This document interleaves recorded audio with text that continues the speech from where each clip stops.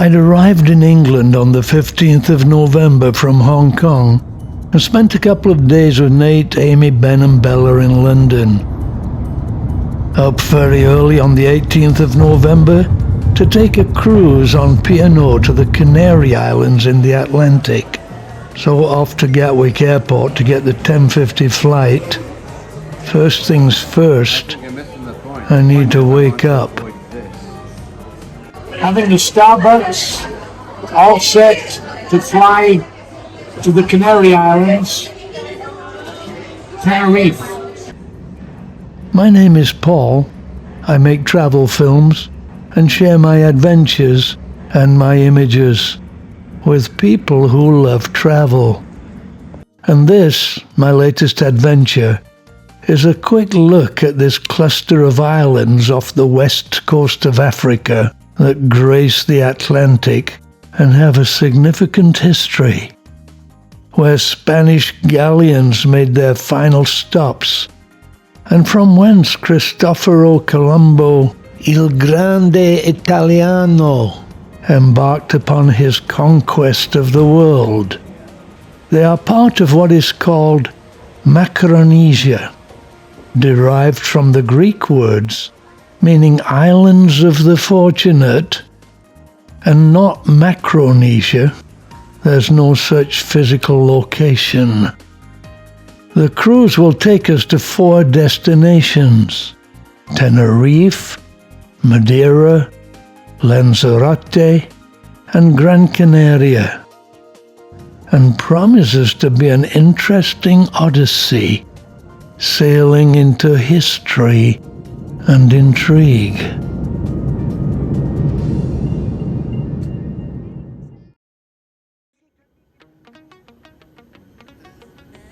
After a 4-hour flight, we arrived in Santa Cruz de Tenerife, the capital of the island of Tenerife and capital of the Canary Islands.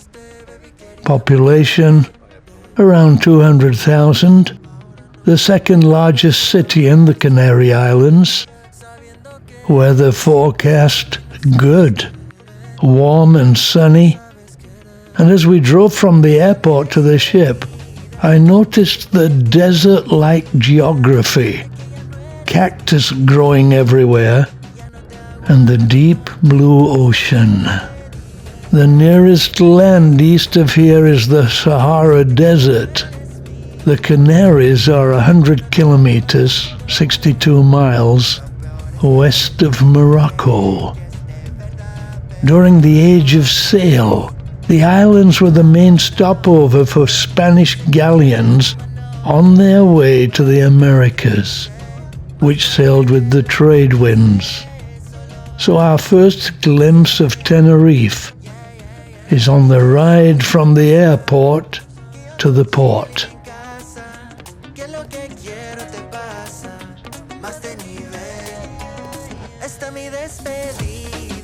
Our ship is again the Azura, which was the last ship on which we sailed in July.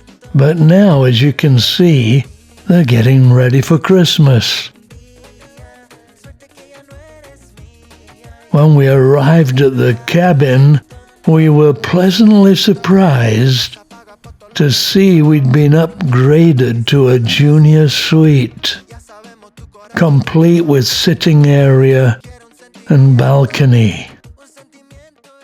We're in Tenerife and there's a storm coming.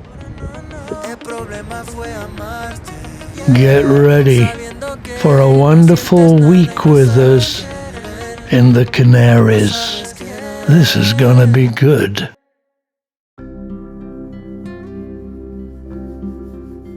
Next morning we woke to the dark clouds of the night before and the rain that now accompanied them. So we made our way to the Epicurean restaurant on the 17th floor, or should that be 17th deck, to have breakfast. It was indeed excellent, though we found out later we were not supposed to do that, as we'd only been upgraded to a junior suite, and one had to be in a suite to eat breakfast in the Epicurean. Nevertheless, we enjoyed breakfast there. Ignorance is bliss. On a November cruise, Christmas comes early.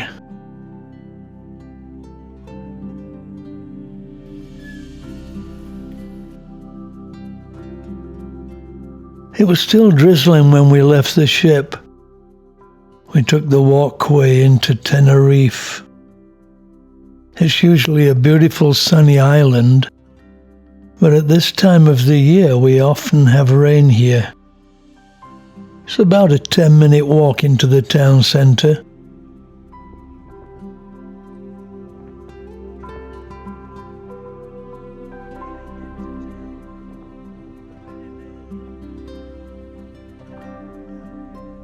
We began to have a look around, even in the rain.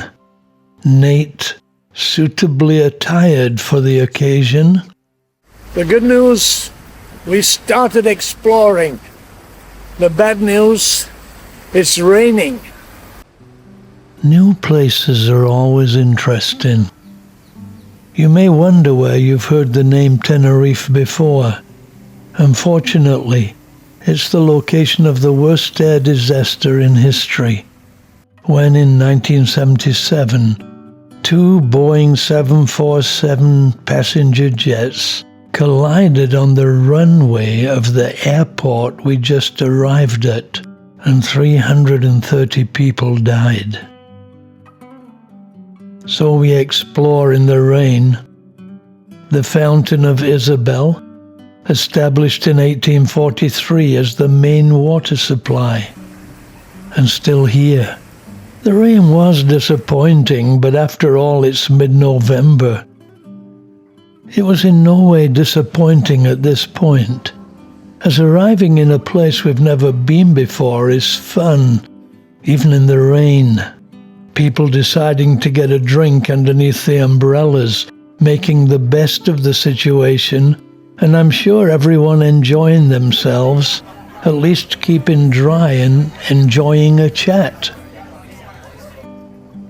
Nate and I continued to walk around and explore, and it soon stopped raining. Our ship moored quite close.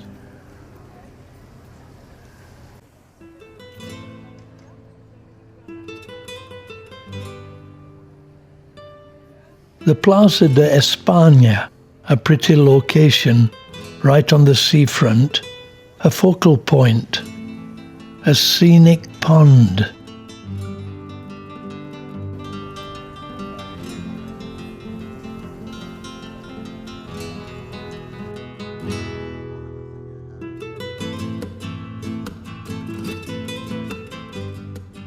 Nate getting his shots.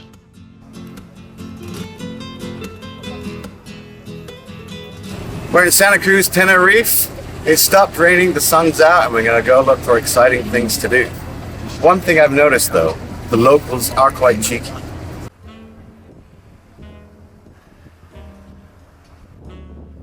I think cheeky is the right word.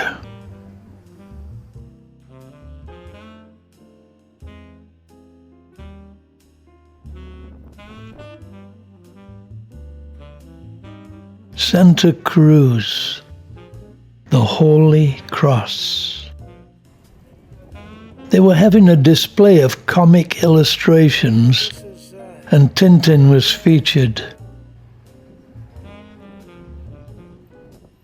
Then suddenly the fountain in the center of the pond came to life. Pretty. This monument to those fallen in the Spanish Civil War.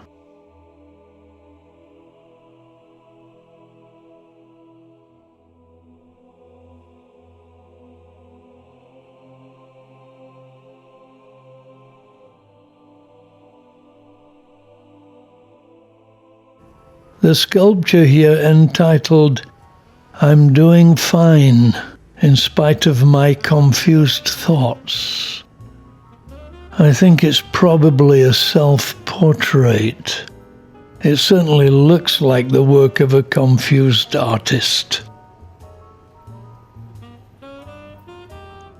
Then we walked through the town, getting shots of the sights. No, but it's steadier this way.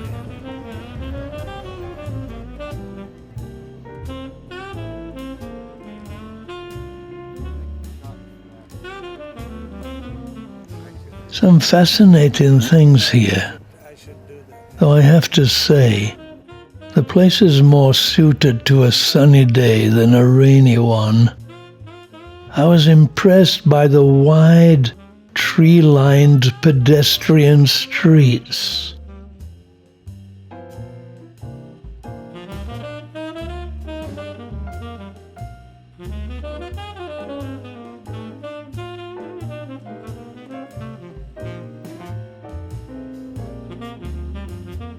The longer the day went on, the more the weather improved. I guess this would be a steak restaurant.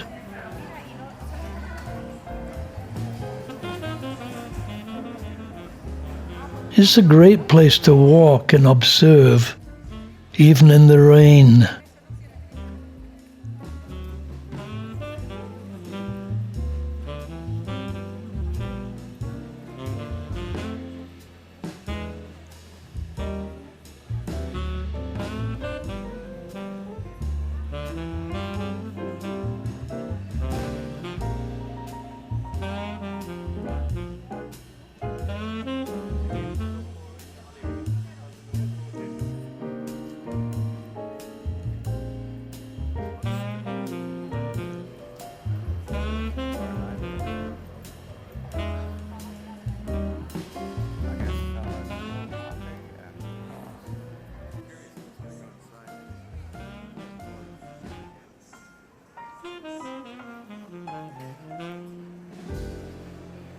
But the blue sky is appearing.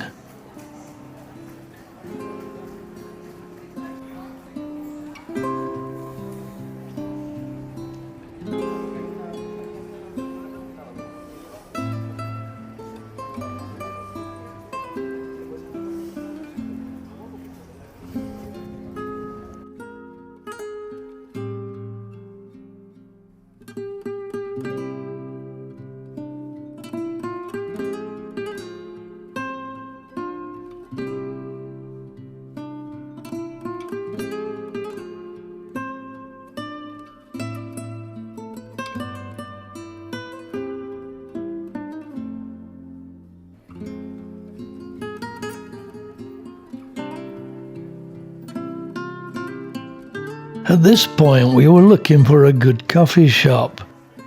Nate was checking out the internet, and we finally found the best place in town, Pianeta Espresso, which has the same name as the great coffee shop in Athens, where we had a fantastic coffee earlier in the year. Tintin recommended.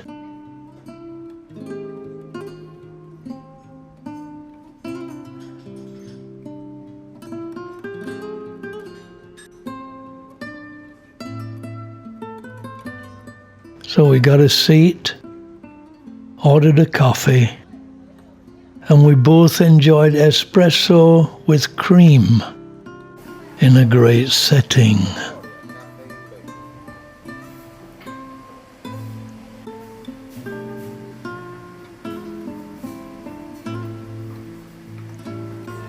This is fun.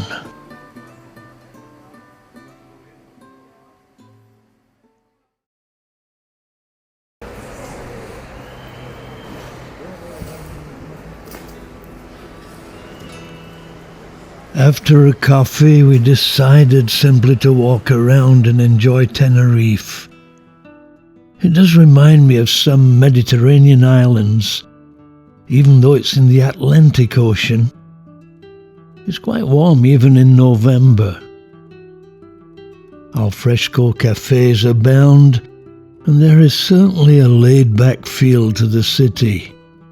For Nate and me, this was perfect. We were able to relax and take our shots, and also explore a little. Many of the streets were pedestrian-only streets, which really enhanced the enjoyment of strolling around. I always keep looking up in these places because I see some interesting balconies.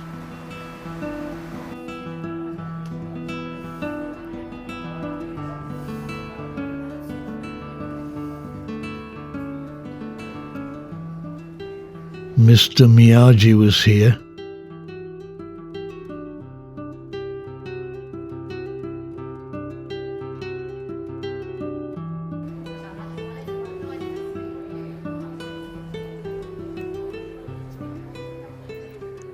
Every now and then, we come across a plaza with trees and flowers and other interesting things.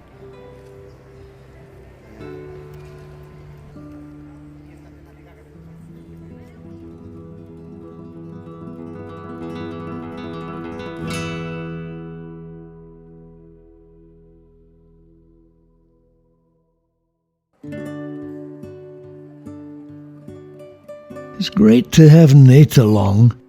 He's constantly researching the internet to see what's close by. He will then inform me and tell me, there's a church, or do you want to go to the museum? Or here, there's an African market. Sometimes we sit a while and take in the scenery. I clearly remember Nate and me doing that in Barcelona, overlooking the cathedral, having a paella and a drink, and taking Rachel to the exact same spot a year later to enjoy it too. So we took a slow walk back to the Plaza de España. Fortunately, the sun has emerged, and the place has a totally different feel to it in the sunshine. We did plan to see the cathedral and the African market, but unfortunately they were closed. We therefore strolled back to the seafront and took some shots there. There was a special fair going on about pets.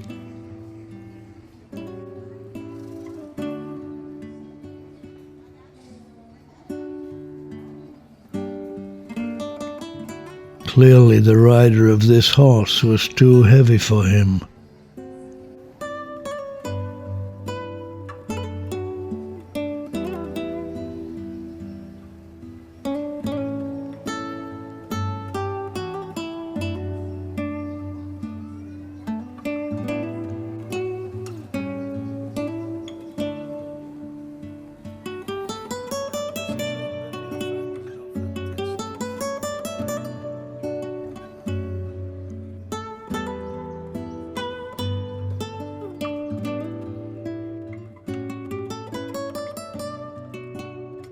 It was a very colourful place in the sunshine. The flowers, extraordinary. So we had fun getting some interesting shots of the cacti and other fascinating plants.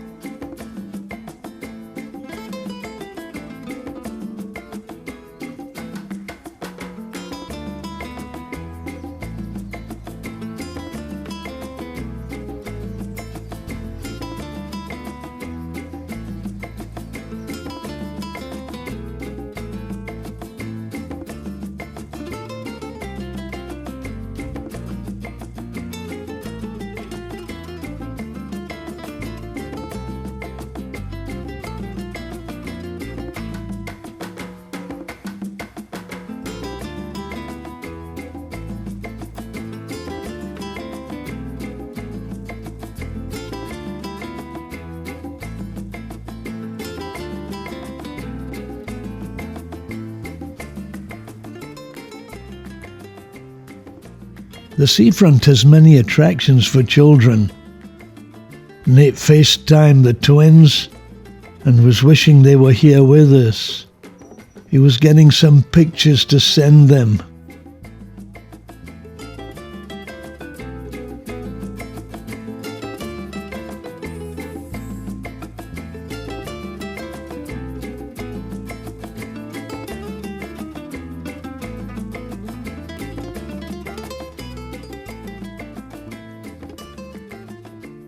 Our ship was moored just a few hundred yards away. It's a popular cruise ship destination, and the harbour here is very pretty, with the hills making a very nice backdrop.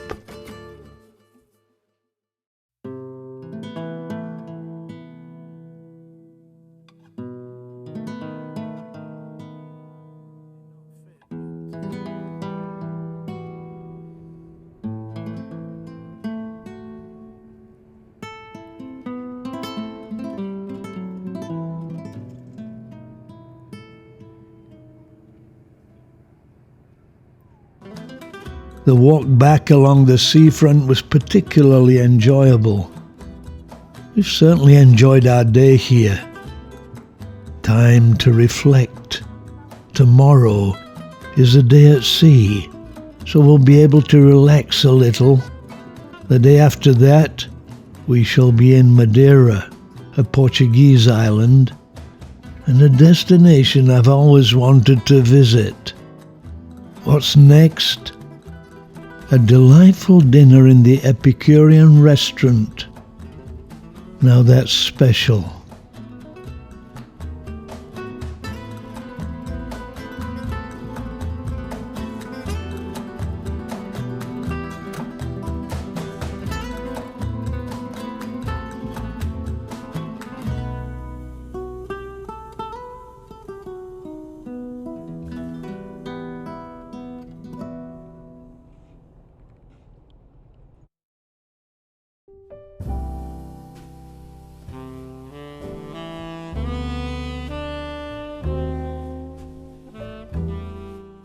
After a great day in Tenerife, we'll have dinner in the Epicurean restaurant.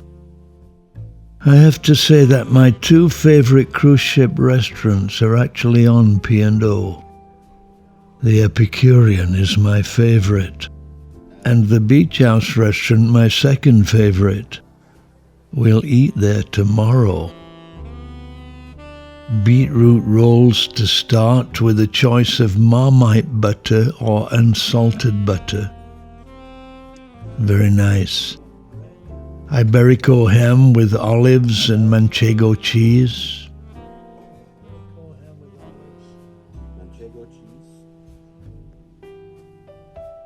Langoustine and salmon caviar.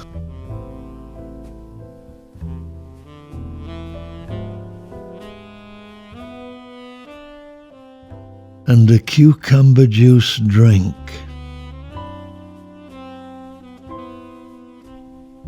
And then 24-hour slow-cooked ox cheek, served in a bone canoe. Seared king scallops and a scallop tartar.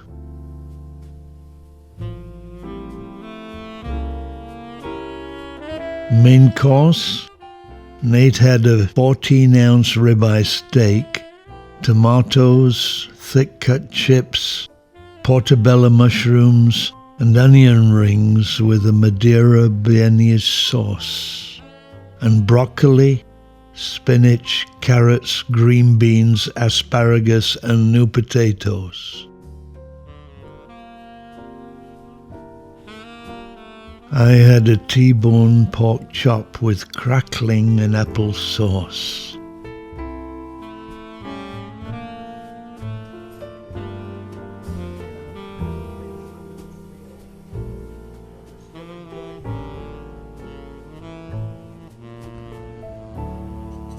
Dessert, a lollipop, and crepe Suzette with orange sauce and vanilla ice cream.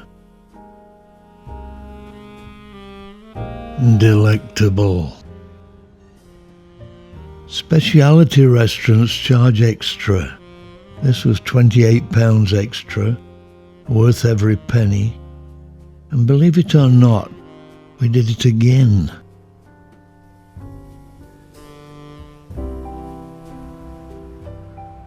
Afterwards, we strolled up on deck to enjoy the view as we sailed away, on our way to Madeira.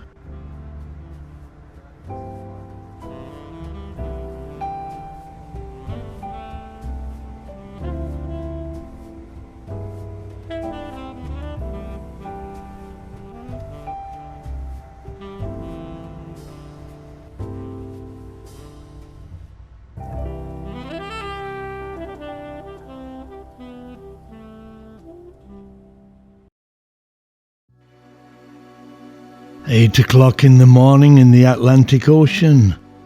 Not calm, but beautiful. Not too cold. Looking forward to a good day at sea. It's very windy. We're cruising north from Tenerife to the island of Madeira. But it means we're out in the open Atlantic and exposed to conditions that are certainly more windy and rougher than we've experienced so far.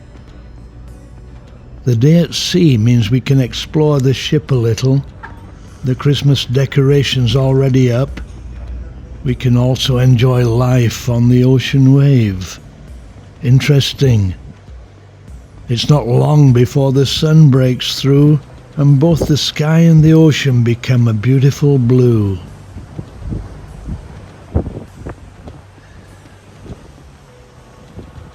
The problem is that on a day at sea the wind can be quite strong.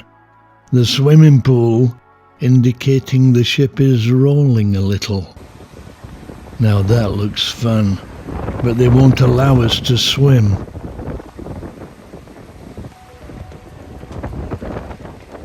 So we decided to get a coffee.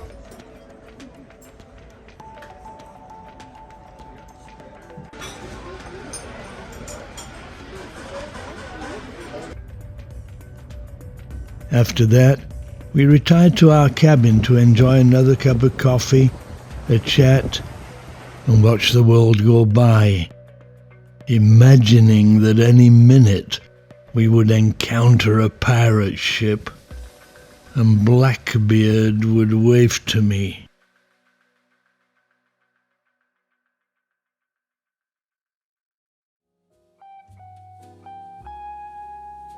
Evening and dinner in the beach house restaurant, another favourite.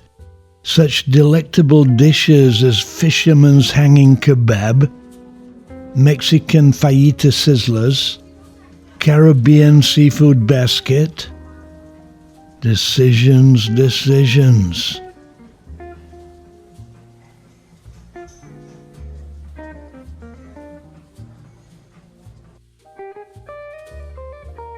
So crab tostadas to start, mozzarella sticks with island spiced chicken wings,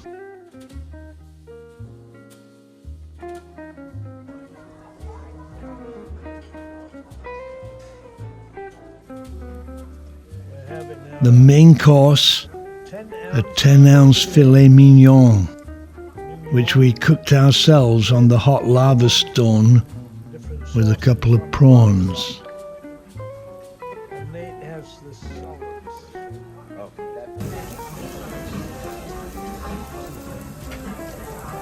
Words cannot describe it. See for yourself.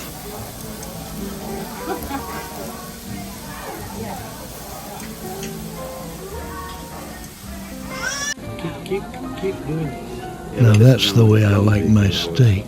I turn the prawns.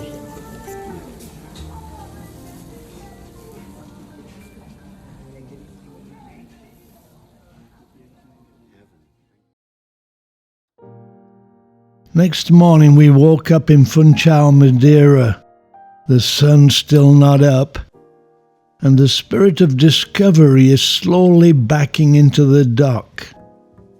It's a Saga boutique cruise ship that caters mainly to over 50s.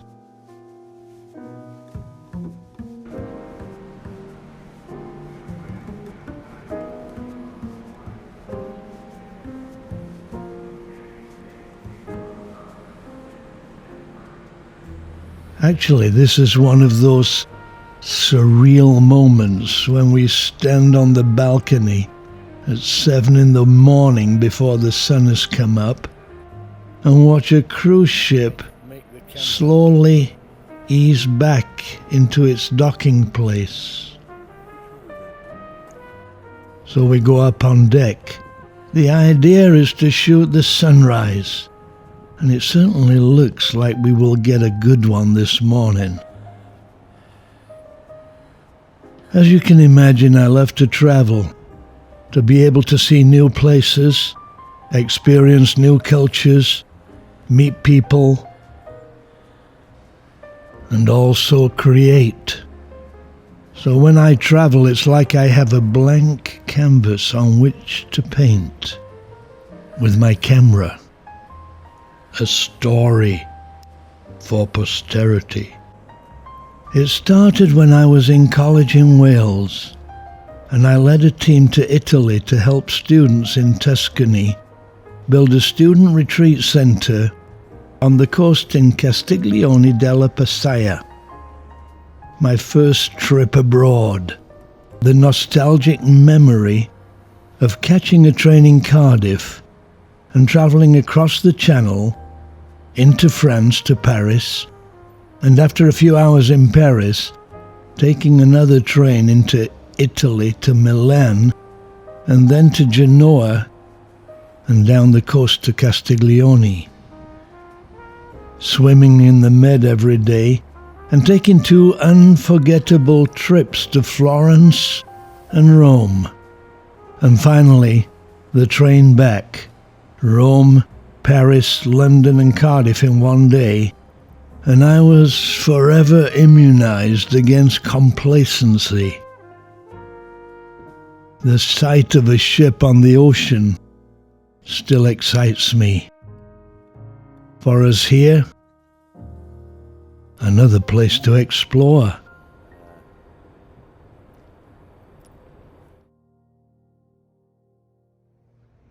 It is nearly 8 o'clock in the morning. We're arriving in Funchal, and we made sure to get up and get the sunrise. A beautiful sunrise, for sure.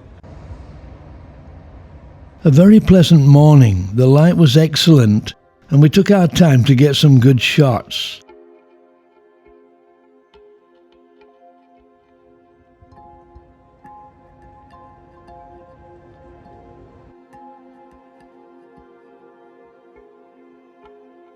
Sunrises and sunsets often spectacular on a cruise ship. On the horizon, the Desertus Islands, meaning the deserted islands. Not many people live there, but home to thousands of birds.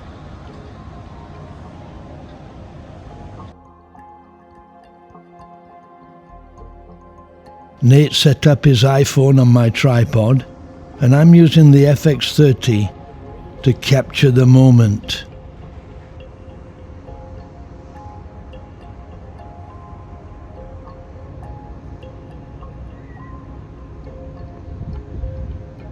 Most people not up yet. These quiet interludes early in the morning are great pleasure.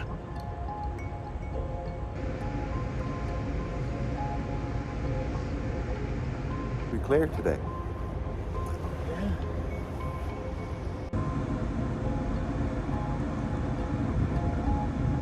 Nate and I trying to capture the mood and the moment.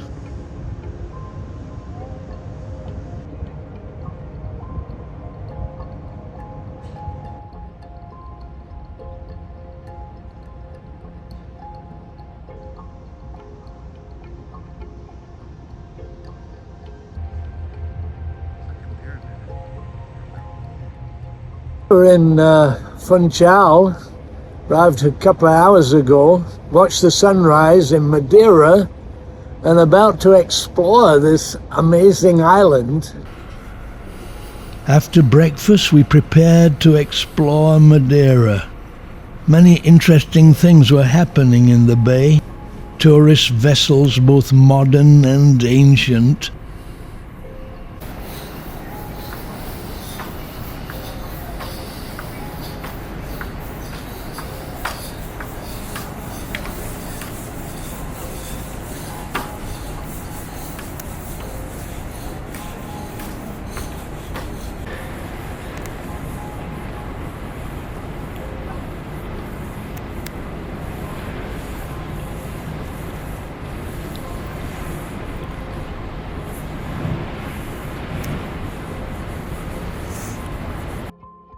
A good thing we didn't see that on the way here.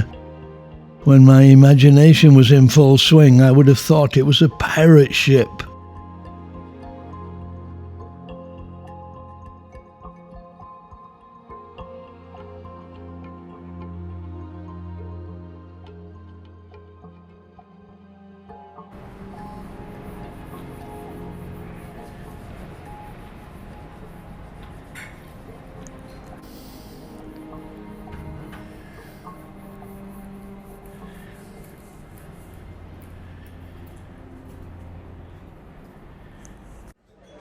After getting some shots of the sunrise, we have breakfast. Just had breakfast and time to explore Madeira. We then gather all our things ready for the day.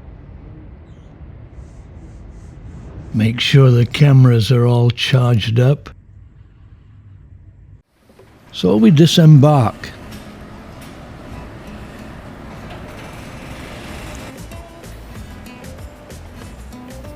There's a Norwegian cruise line ship also in the port.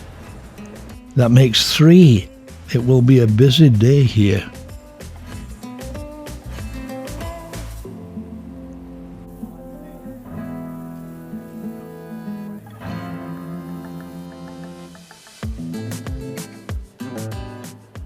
As we arrive, a toboggan gives insight into what to expect. We take the bus out of the port.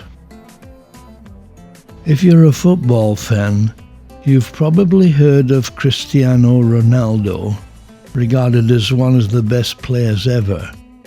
This is his hometown.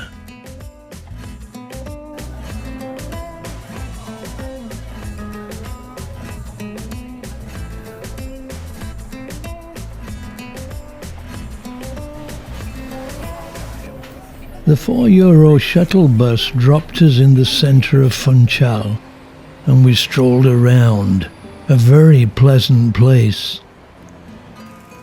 At this point we were getting our bearings as we wanted to walk to the cable car. The beautiful tree-lined avenues, a pleasure to behold.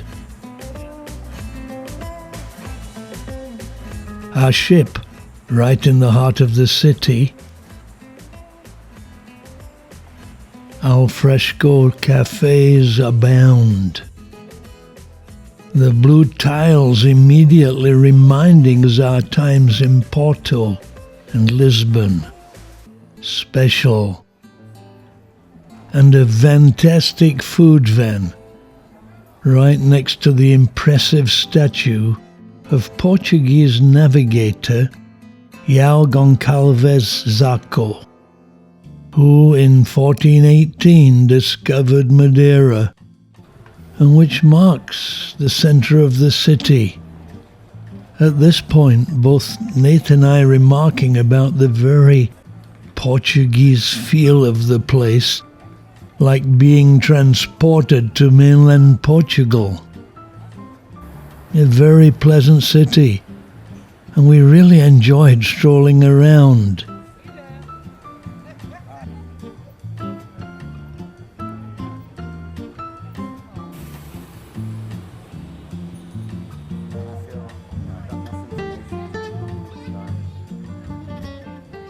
The first place we encountered was the palace, built in the years 1529 to 1540, on the request of the people of Funchal after a ship moored in the harbour had been pillaged by pirates. Unfortunately, never proved much of a defence, and quickly succumbed to the attacks of French pirates in 1566. Today, it's nevertheless impressive.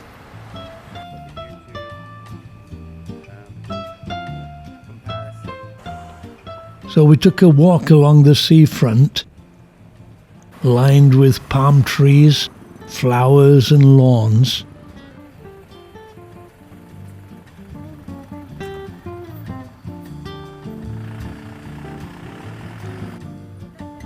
And then met some Nigerian guys from London and Dublin. You guys Nigerian?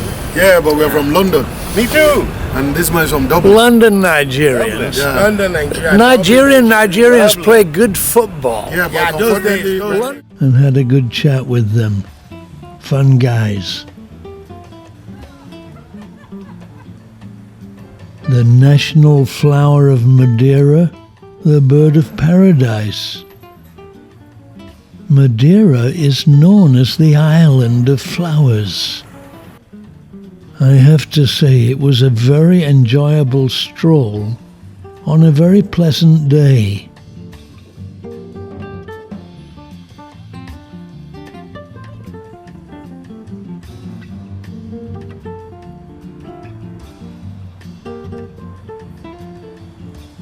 And here is the cable car. This is gonna be fun.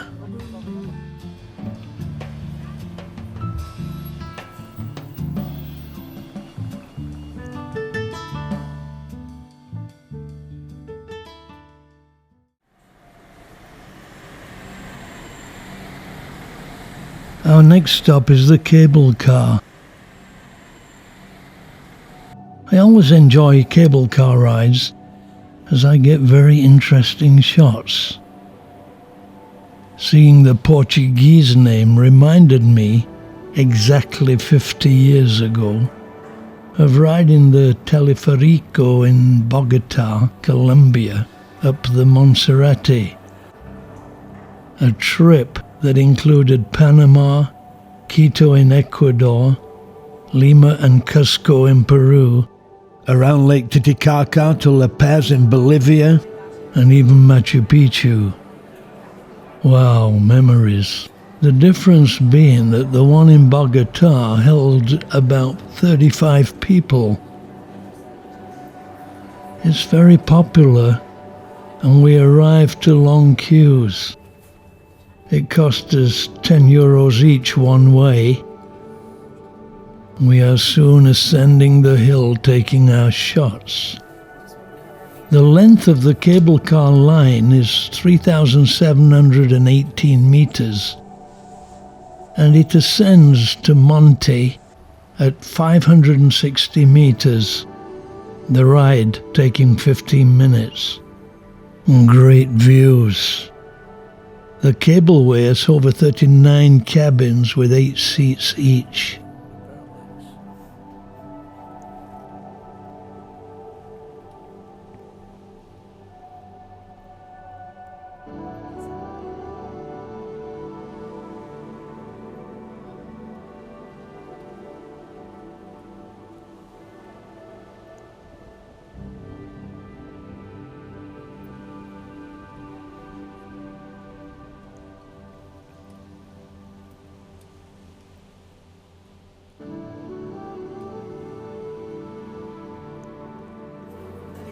At the top is Monte. Monte itself is a well-known beauty spot, famous for its amazingly lush gardens and great views over the city and beyond.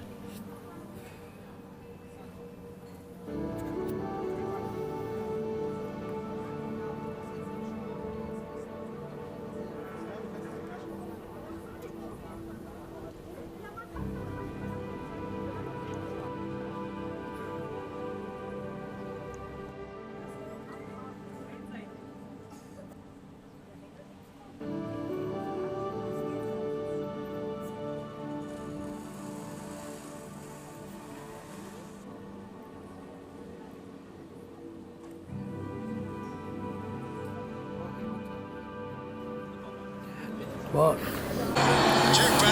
England 3, Iran 0. I thought he was going to play Raheem Sterling in there.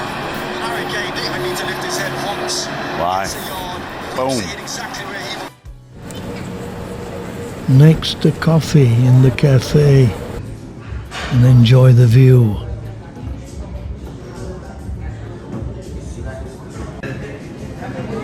Letitia. Thank you, Letitia. Thank you.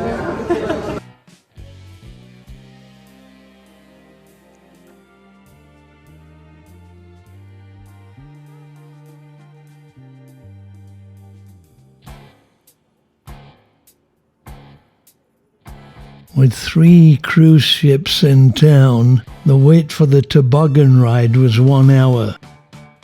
The ride down in the traditional wicker basket sledges dates back to the early 19th century, where they were used as a means of transport by the local residents who wanted to travel quickly from the village of Monte to the city of Funchal. For many years it's been a very popular tourist attraction. The toboggans are driven by 2 runners dressed in white and wearing hats known as straw boaters. The descent is approximately 2 kilometers, and it takes about 10 minutes to complete. A ride of up to 30 kilometers per hour is guaranteed. Here we go. Carlos explained the history. This is a tradition with more than 100 years. Right. They started doing this ride, taking people from these rich properties that we call quintas. In Spain they call them fincas. So this was like a private taxi. We are really enjoying Madeira.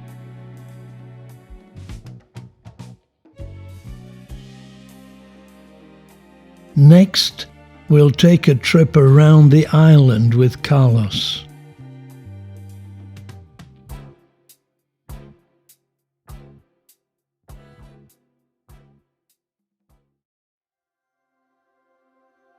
The queues for the toboggan ride were an hour long. This is Carlos. So we decided to take a taxi with a driver named Carlos, who took us to some of the scenic parts of Madeira. It was really enjoyable and we are very glad we did that. This is a highway that goes all around the island. The charge for 2.5 hours was 60 euros. How did we come across Carlos? He was dropping off some tourists at the top of Monte, and they were thanking him profusely and gave him a tip. I figured he must have been a good driver, and the price was reasonable, so we hired him. Immediately he was stopping at the scenic spots and explaining the island.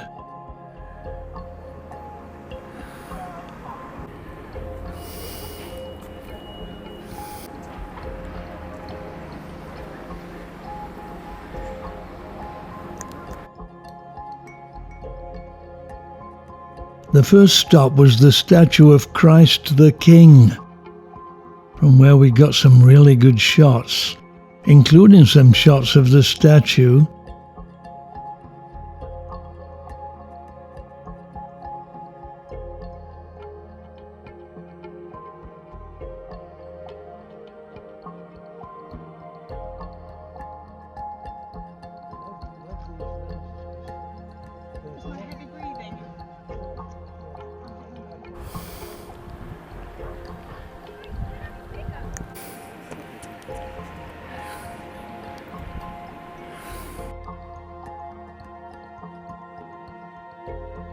Clearly similar to the one in Rio de Janeiro in Brazil, though not an exact copy. Nevertheless impressive and giving us some great views.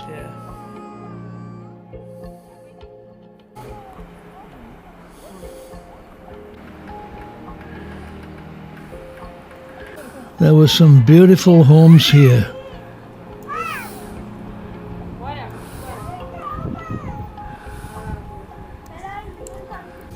Our ship in the harbour, about 4 miles away.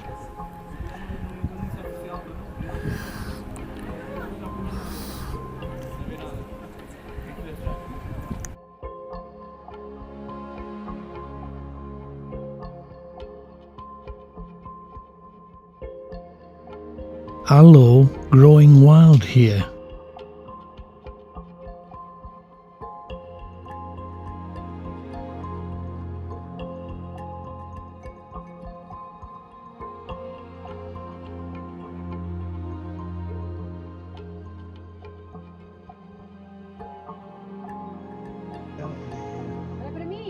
Polarizer. Yeah, look at them here. Yeah.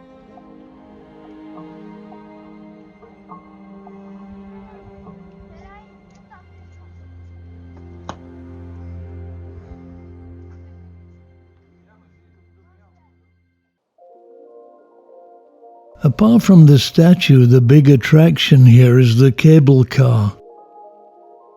So we went to the top of the cliff and took the cable car down to the beach and back at a cost of €3 each for the round trip. Clearly plenty of things to do. And great views. Down we go.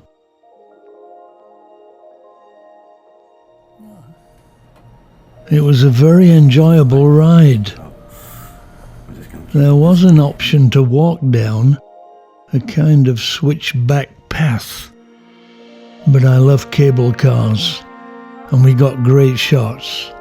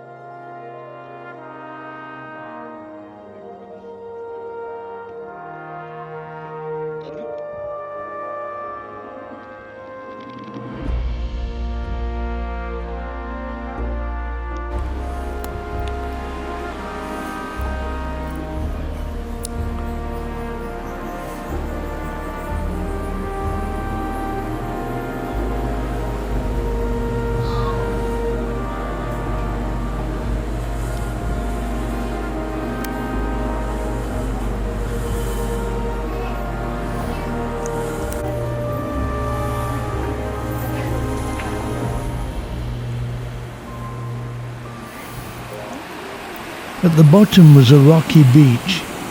It was actually quite an attractive place, relaxing. I would have liked to stop off for a drink, but as we were short of time, we didn't do that. We wanted to see as much of the island as we could in the 2.5 hours.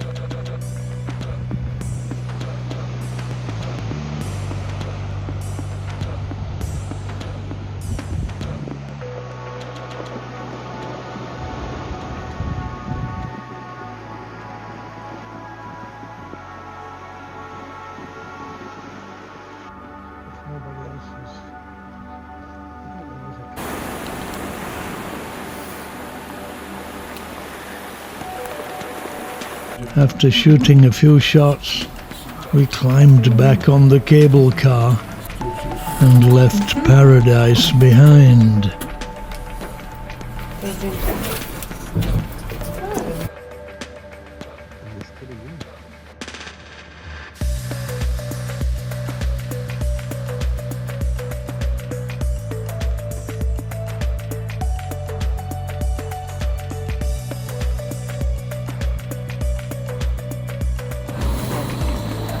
We then drove to the Cabo Geral Skywalk.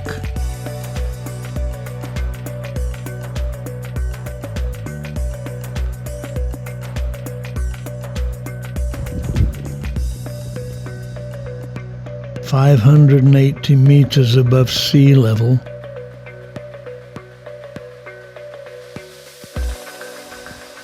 A lookout that had a glass floor with some superb views over the beaches.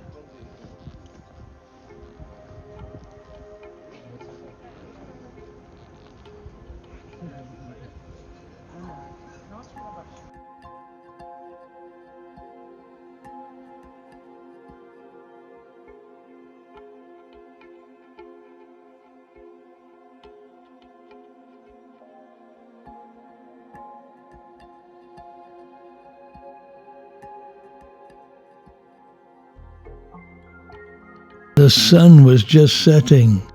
When I saw it in the sky, it was so large I thought it was a UFO.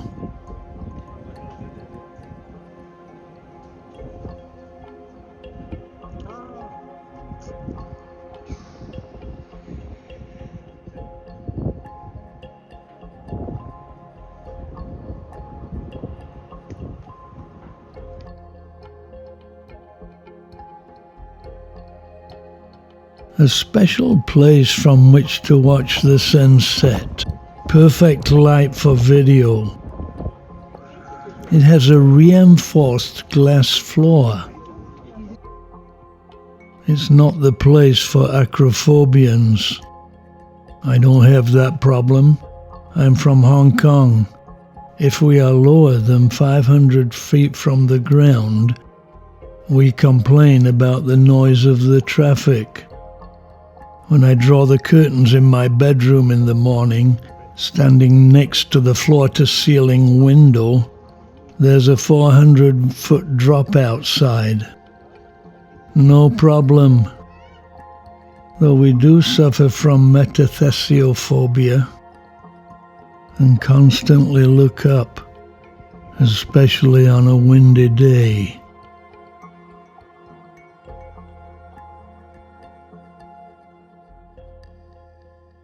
Madeira in medieval times was well known as a stop-off between Europe and the New World. For instance, Columbus sailed from here on his way to discovering America. As recent as World War II, there's some evidence that top Nazis came here on their way to Argentina. In fact, when I was there, I saw a guy who looked just like Hitler. When I asked him, "Are you Adolf Hitler?" he said, "No, I'm Elvis Presley." So I asked him to sing a song, and he sang Wooden Heart.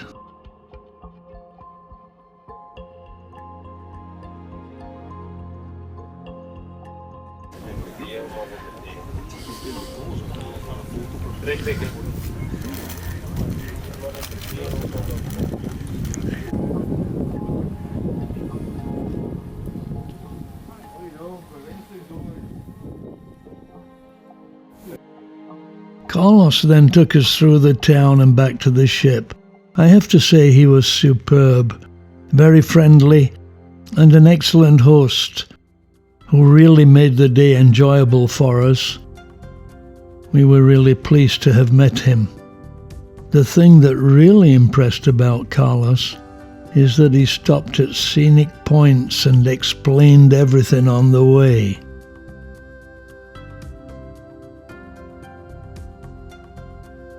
So back to the ship, get ready for dinner. A great day.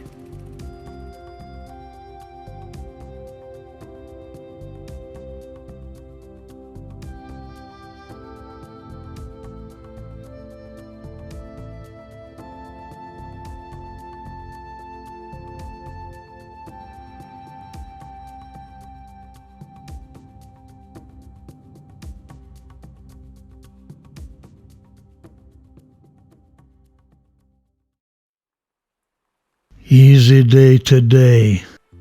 We have our coffees and are sitting on the balcony watching the sun come up. The Atlantic Ocean like a mill pond today. We had a leisurely breakfast.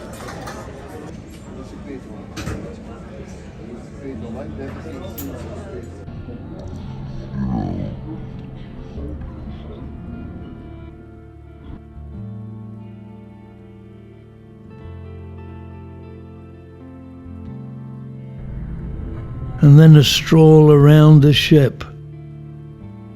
Many activities go on when we have a day at sea. For us, another coffee, then a quiet sojourn on the balcony, followed by a walk around the ship.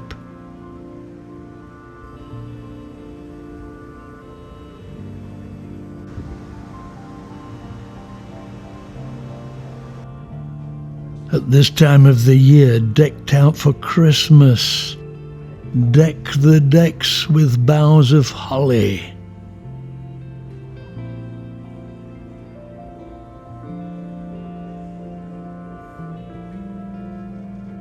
A palm tree or two. Time to explore the ship.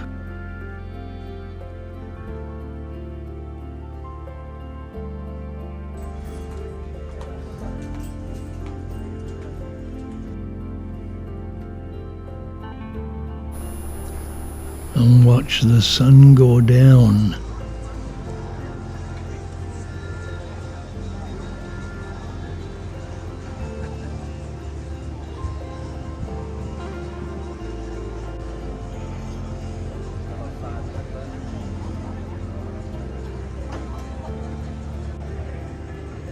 Get a shot of friends we met.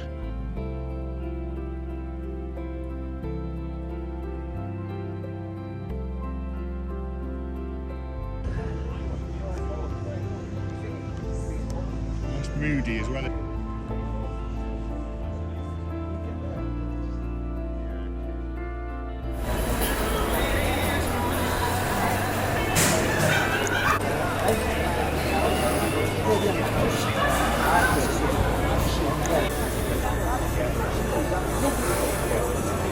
And then we had dinner in the buffet restaurant, something we don't usually do, but on a day at sea they have a formal dress do in the main restaurants, and we did not bring any formal dress on the cruise. Nevertheless, it was a nice meal. Tomorrow, Las Palmas, Gran Canaria.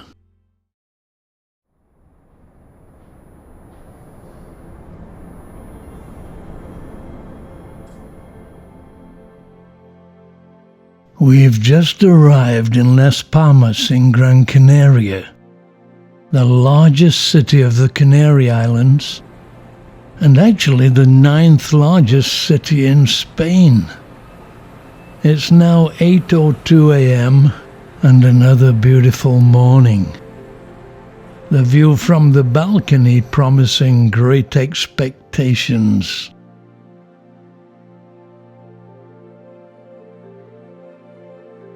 Nate planning the day, then breakfast, and Nate's iPhone image for the day was Bella, and he's really missing the kids. I had some smoked haddock today. Well, about to go into Gran Canaria. It seems to be an exciting place, many things to see. And this morning, certainly, it's like 22:11. But the good news this morning is that we just have beautiful blue sky and my favorite fluffy white clouds. So I think we're going to have a great day shooting today. After breakfast, my favorite white clouds have appeared. I love this sky. The Greenpeace Rainbow Warrior ship is in town. The rainbow being a biblical symbol of God's covenant between Him and the earth, a meaning that has been perverted in recent times.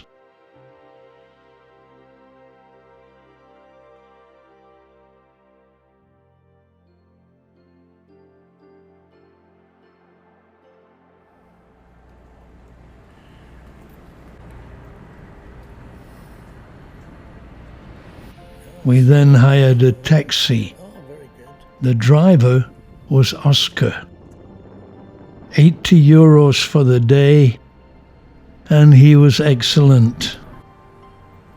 Oscar had outlined the day and planned to take us to some interesting towns. Arucas, Firgas, and Terror, and then the volcano crater at Bandama, all within easy reach of Las Palmas, in the north of the island.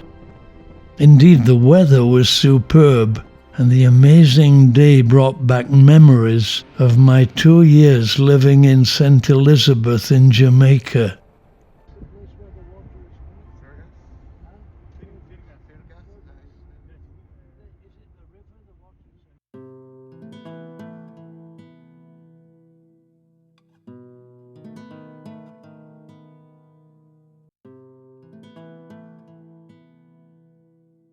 His hometown of Arucas was first, and the magnificent Gothic parish church of St. John the Baptist.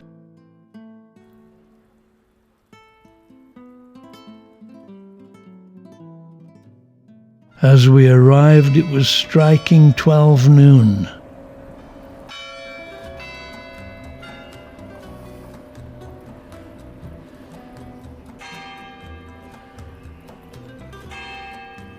On first sight, the town looked interesting.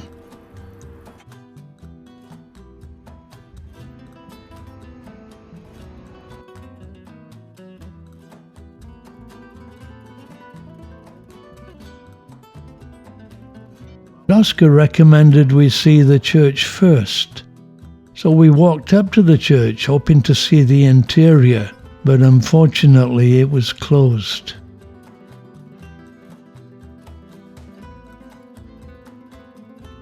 So we got some shots from the outside and then began to explore the town. A very impressive place. A joy just to stroll around and soak in the atmosphere.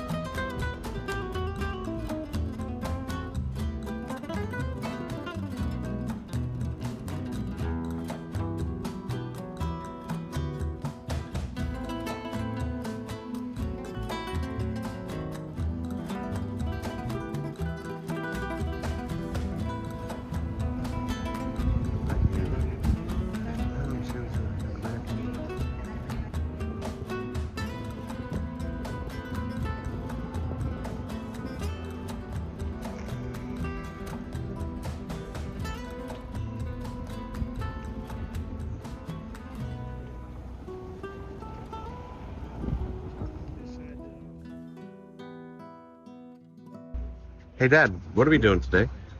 Well, we're going to go and look at some of the old towns of Gran Canaria and get a little tour with a taxi driver.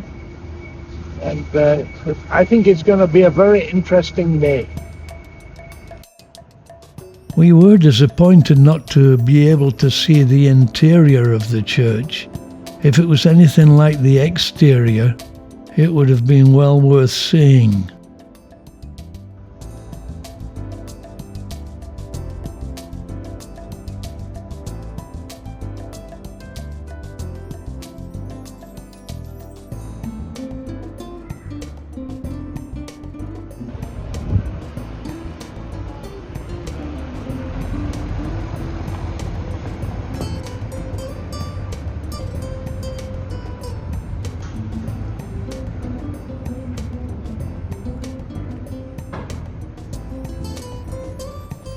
So we began to stroll around the town.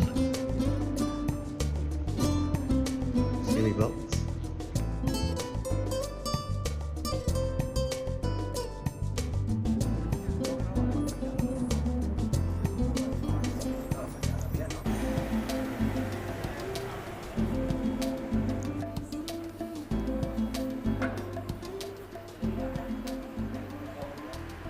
Passing the statue of the poet Sunday Rivero.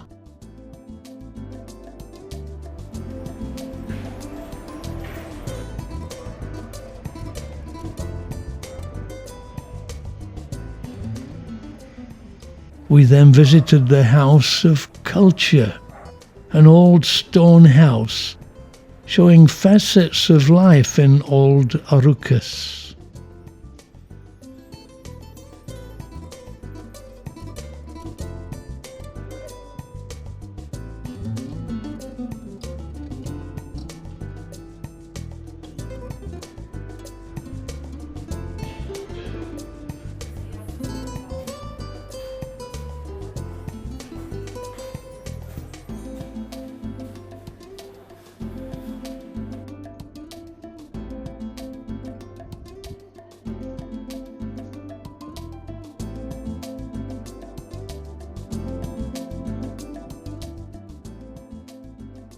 We then continued to stroll through the town. Certainly a fascinating place, like nothing I've ever seen.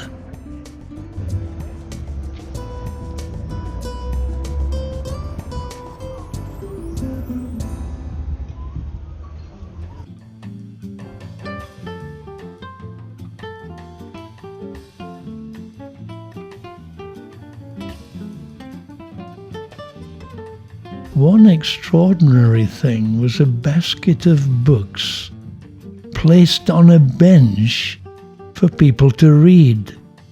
I imagine people can take the book home and finish it and then return it later. Great idea.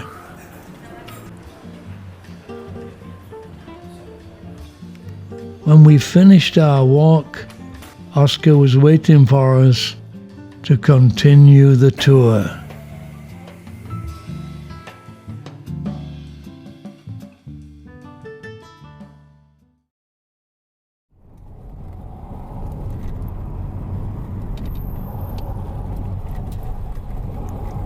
We're heading now Figueras now to next place. And Oscar is our driver. He is first class. Oscar continued to take us to the next place on his tour.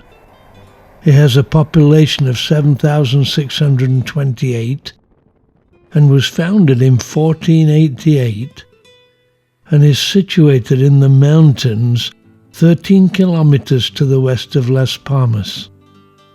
And because of its scenic outlook, is known as the Balcony of the Atlantic, providing great views of the northern coast of the island. The central square, San Roque, has the church and town hall. But in one respect, Figueras has to be unique. The Paseo de Gran Canaria, a 30-meter high, 98-foot waterfall that flows down through the town. And if that wasn't spectacular enough, it includes relief models of the different islands and colourful ceramic crests of every municipality in Gran Canaria. I've never seen anything like it before. Along each side, colourful ceramic benches provide seating. It certainly provided a great photogenic spectacle, and both Nate and I were amazed, as we had no idea it was here. Oscar waited patiently for us while we took our pictures of every conceivable angle. Communication is the name of the game. I hope we've succeeded in letting you see and enjoy it.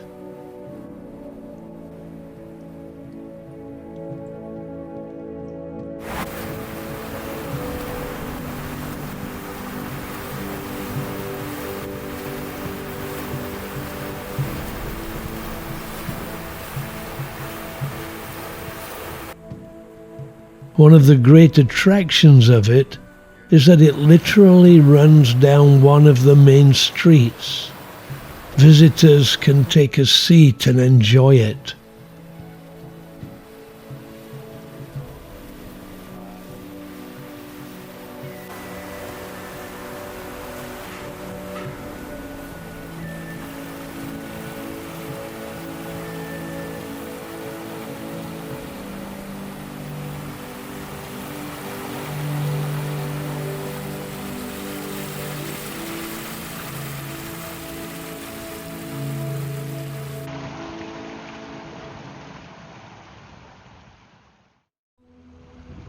The Plaza de San Roque is a pretty square. The Church of San Roque is built on the ruins of what was previously the Hermitage of San Juan Ortega, dating from the year 1502.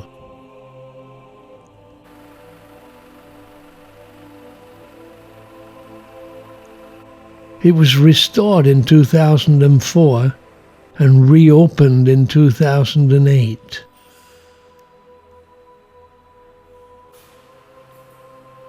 Outside, opposite the church, we came across another place that is quite unusual, a covered aqueduct.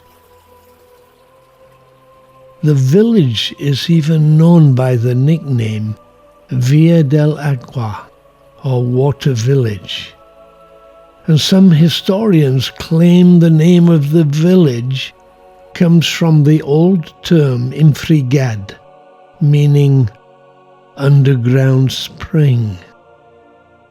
Their mineral water, Agua de Fergas, is one of the Canary's most famous bottled water brands.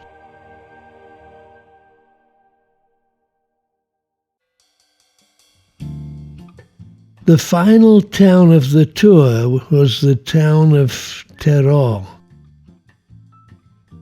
which begs the question, what is someone from Teror called? The answer is not a terrorist. Teror has a quaint old town centre, which is under monument protection, so we took a leisurely stroll into the town.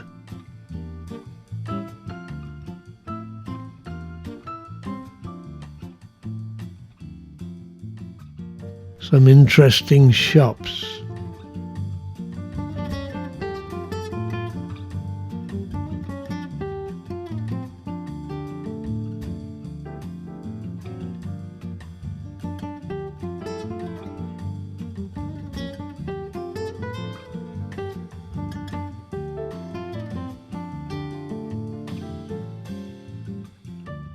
The Basilica of the Virgin of the Pine.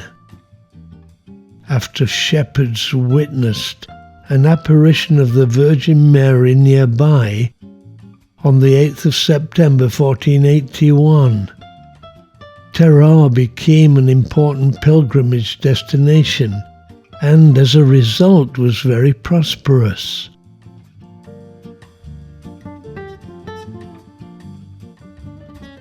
Along the picturesque Calle Real de la Plaza, white houses with wooden balconies still giving testimony to those prosperous days.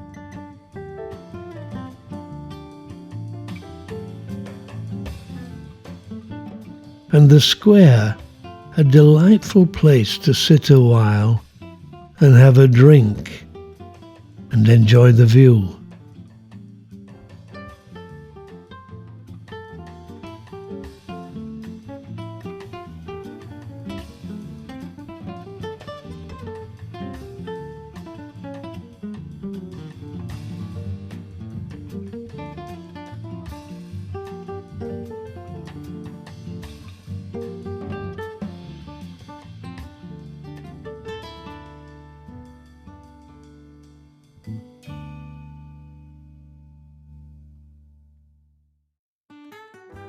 Oscar then drove us to our final destination on his tour, the 569-metre, 1,867-foot volcano crater at Bandama Las Palmas. The lookout there has great views over the ocean. The volcanic crater, which is geologically more accurately a maar. A maar is formed when groundwater comes into contact with hot lava and often later fills with water to form a shallow crater lake, which may also be called a maar. But here no lake had formed. Spectacular views from this vantage point.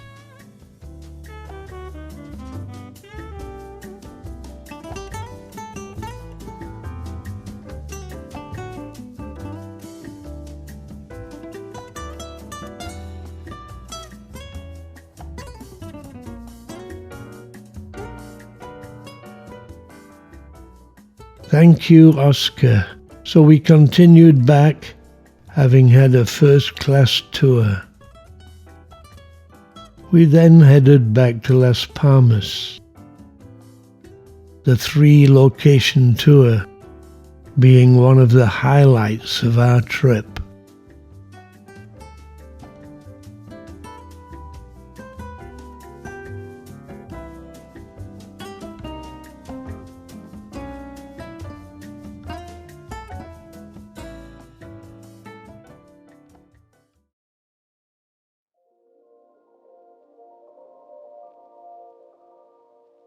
Our driver Oscar dropped us in Las Palmas near the beach so we could take a walk around. The sun was setting and it was a very pleasant evening.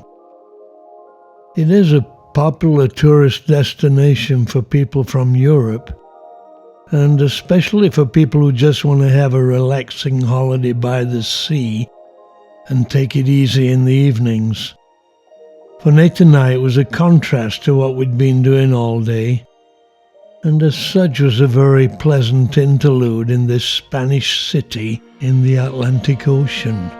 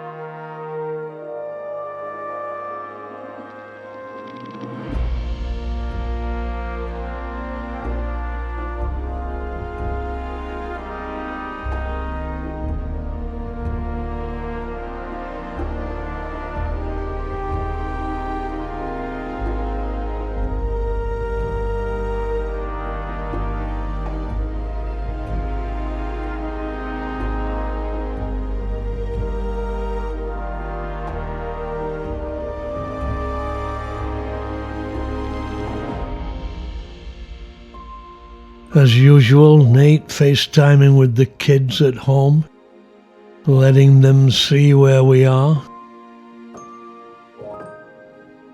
It's 5:17 and a cool 22 degrees.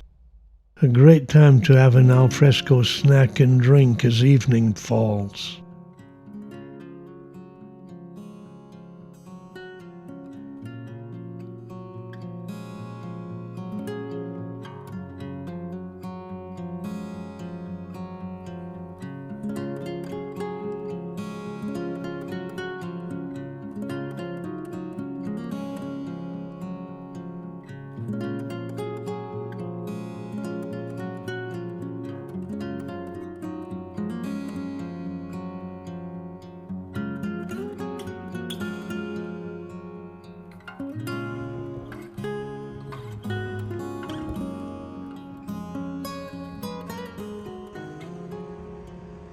The sky tonight creating some interesting patterns.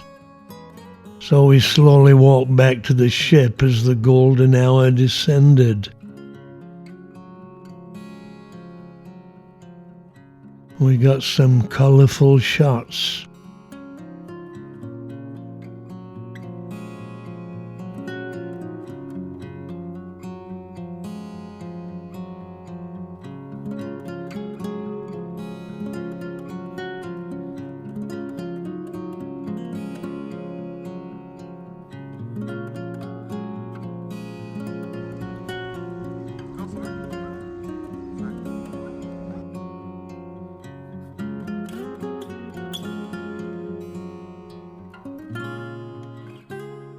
Here a contrast of two ships, the Caravel Nina III, a Spanish galleon from the Columbus era,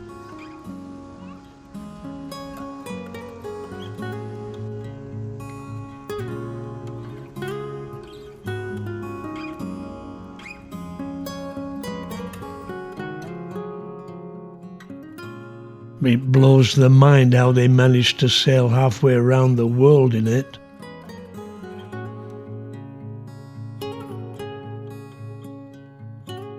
And the Azura, our ship, Azura, by the way, was the daughter of Adam and Eve.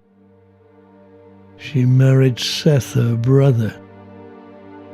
Though it has to be said, there was little choice for her.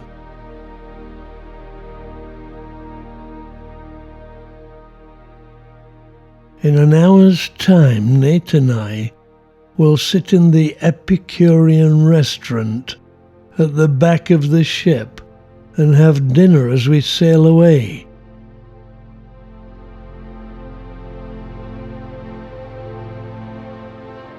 For some reason, the evening light was spectacular.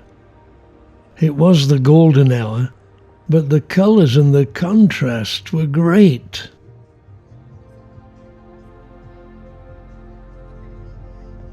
We weren't the only ones trying to get shots of it. So we strolled back to the ship, enjoying the wonderful evening.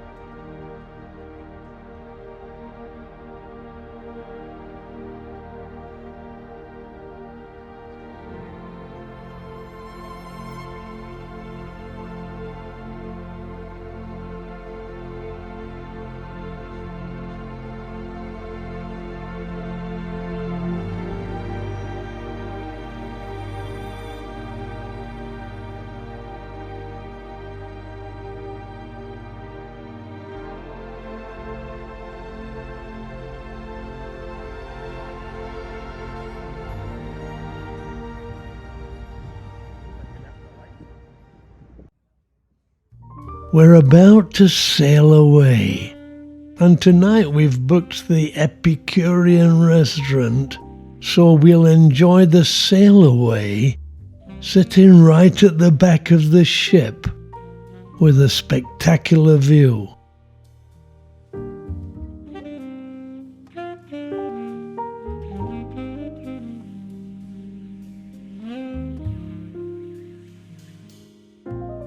It's al fresco dining. Okay, Nate, how you doing? Profound.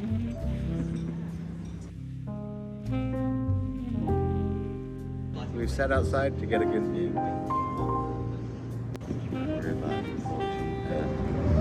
Medium.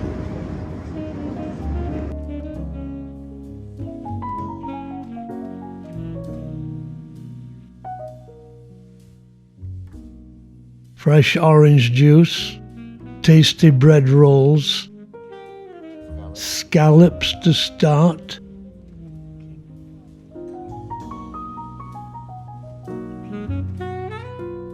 celeriac, the root of celery soup, with Italian white truffles. We spent the day in Gran Canaria, and part of our discoveries was a replica of one of Christopher Columbus's ships.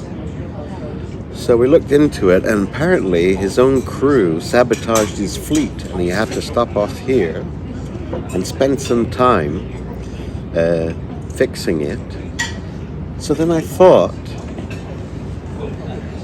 was this the last place he was at before he sailed across the Pacific into the great unknown? And apparently it is so.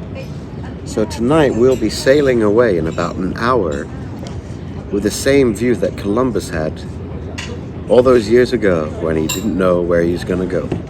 And I thought that would be pretty interesting. A T-bone steak with onion rings, a good variety of veggies.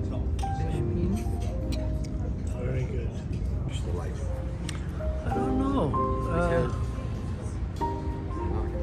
Great dessert.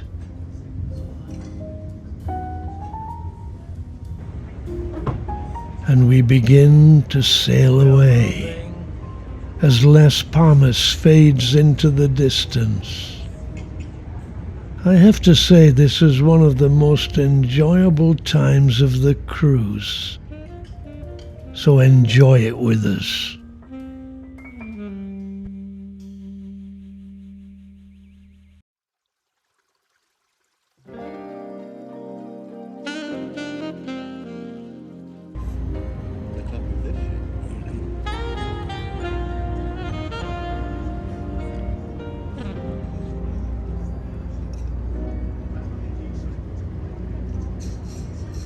Reflections. It looked like dust.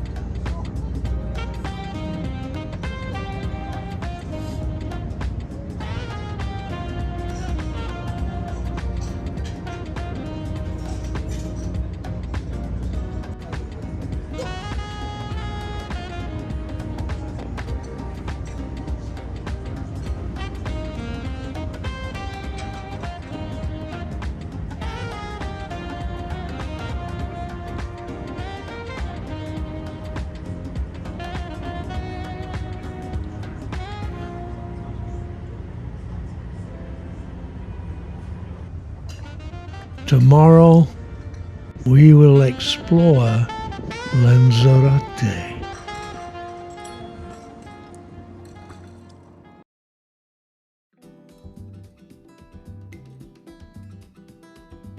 So we wake up in Arrecife on the island of Lanzarote. It's a little breezy this morning, but the sky looks optimistic, though the sun has not yet appeared.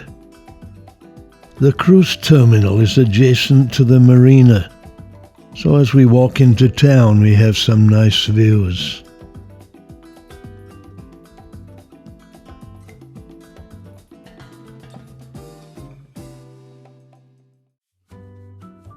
Arrecife is the capital city of Lanzarote. The name Arrecife is Spanish for reef, and is named after the reef which covers its local beach. The population is about 65,000. The history is not very long. The earliest records date from the 15th century, when it was a small fishing settlement. It's said that in times past, boats would hide behind the reef and thus be protected from pirate attacks. In the past, fishing was a main source of income, but now its main income is from tourism and the busy port.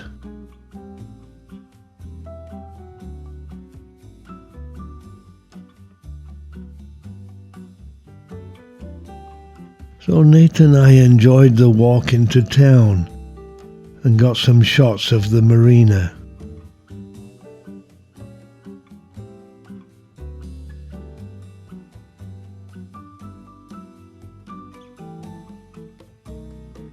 Certainly a pretty little marina with alfresco dining and a delightful promenade that runs the whole length of the marina.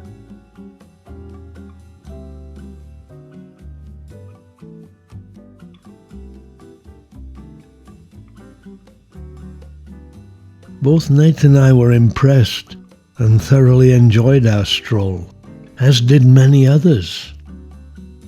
The promenade being the main way that the cruise ship passengers are able to go into town.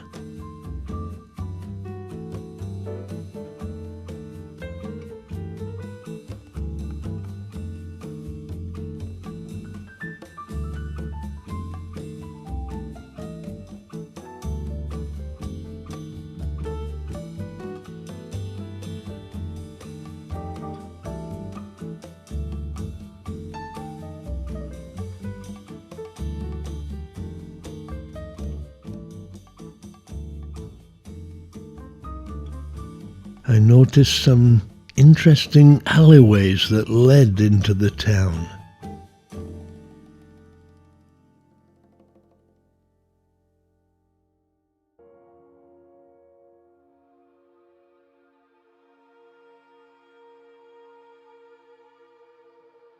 The whitewashed buildings with blue balconies, reminiscent of the Med.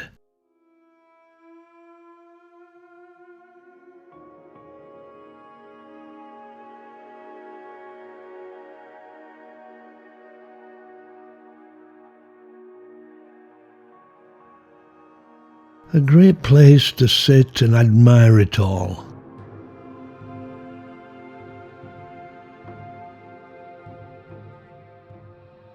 A reminder here that it's the Christmas season. Merry Christmas.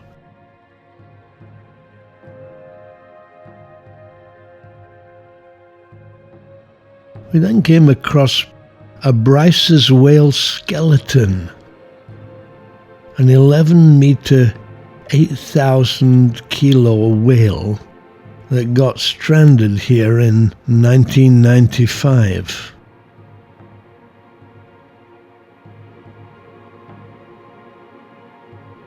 A few months after we took the trip, Nate and I cruised in the Caribbean. I expected the Canary Islands to be similar to the Caribbean, but indeed it was quite different from both the Mediterranean and the Caribbean. Not as laid back and quiet as most Caribbean island destinations, but not anywhere near as busy as Mediterranean cities.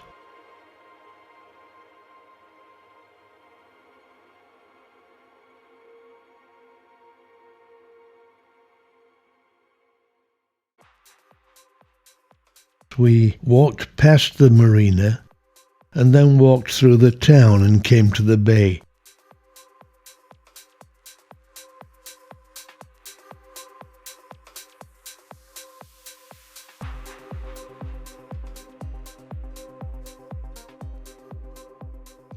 The Castillo de San Gabriel, built in the 16th century. The seafront certainly different here.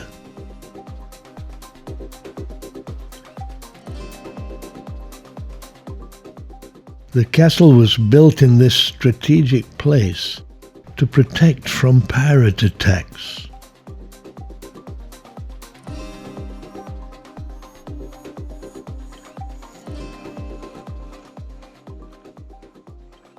The seafront here was delightful, having a wide promenade, behind which many hotels overlooked the castle and the bay.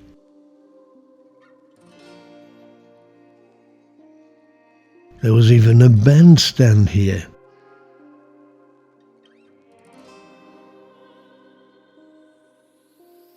So we decided to sit a while and get a drink.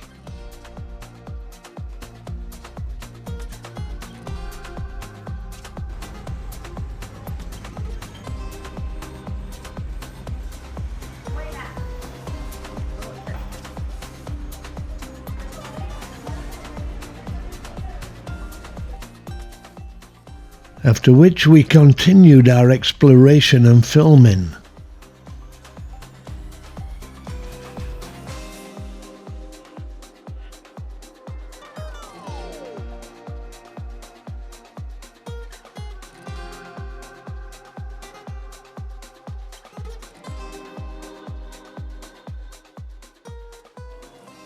We then walked out to the castle.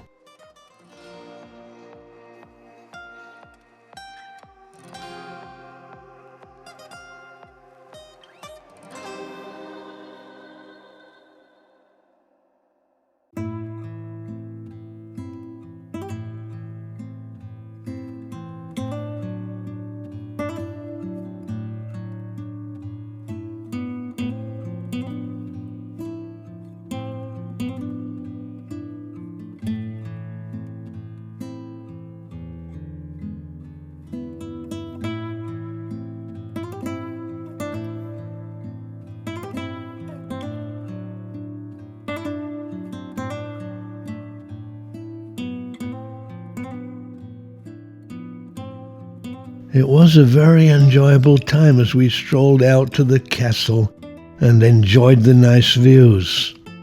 On the one hand, enjoying the views, and on the other hand, enjoying the history while some people enjoyed the beach.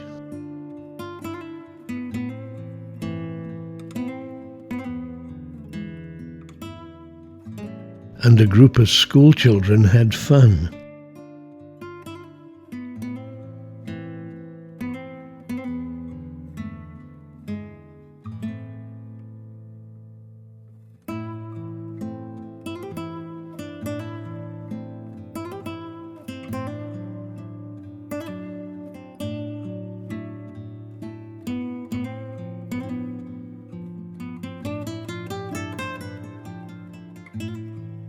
We decided to visit the museum, which was free. It was very well laid out and interesting, especially that it was actually in the castle itself. This added another dimension to the enjoyment.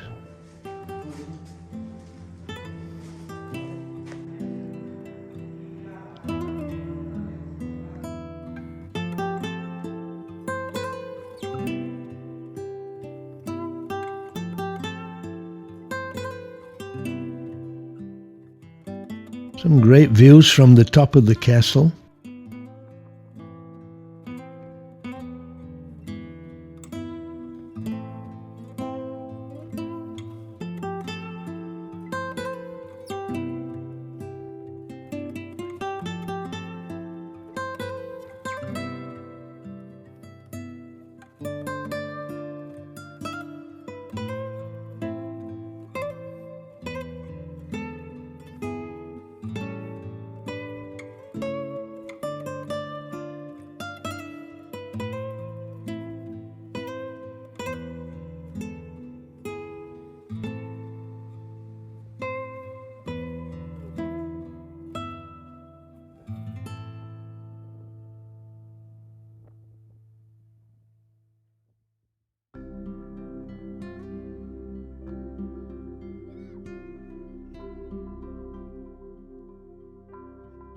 We then strolled back to the ship in the evening sunshine.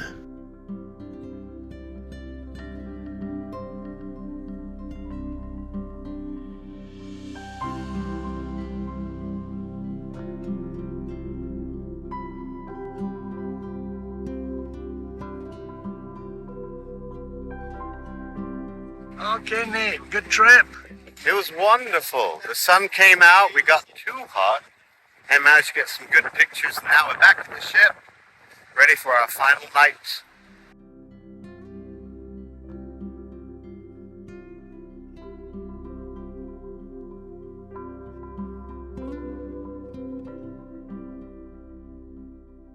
We then showered ready for dinner.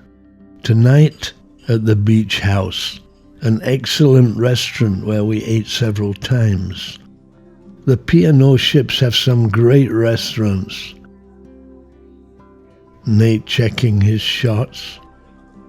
Starters, halibut and salmon, and crab meat tostado.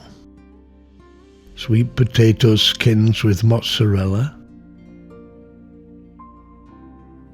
We ordered a selection. Then a 10-ounce fillet steak that we cooked ourselves on the cold stone. Prawns on the side, Jamaican rice and peas to accompany it. So this is rice and peas from Jamaica. Prawns, octopus, lobster, fish, more prawns, lobster. Looks good. Prawns, fish. Check it out here. What a way to end the day.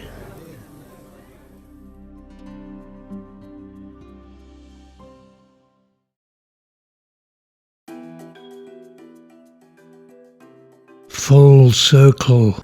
When we wake up, we are back in Santa Cruz. It's been a tremendous holiday. We're packing up, ready to go. We've really enjoyed the junior suite. Breakfast. Good trip. Have you enjoyed it? Yeah, it's been the best cruise so far. Oh, thank you.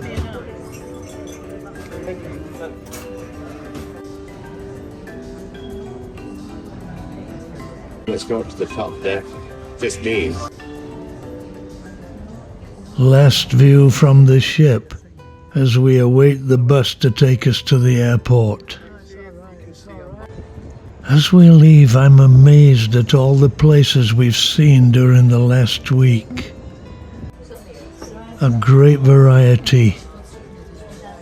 That will come and give you further information. Please remain seated until then and check that you have all of your belongings with you.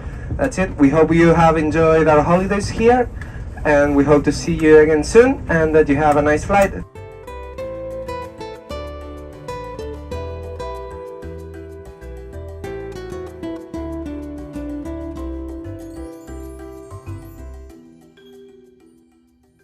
A fantastic cruise.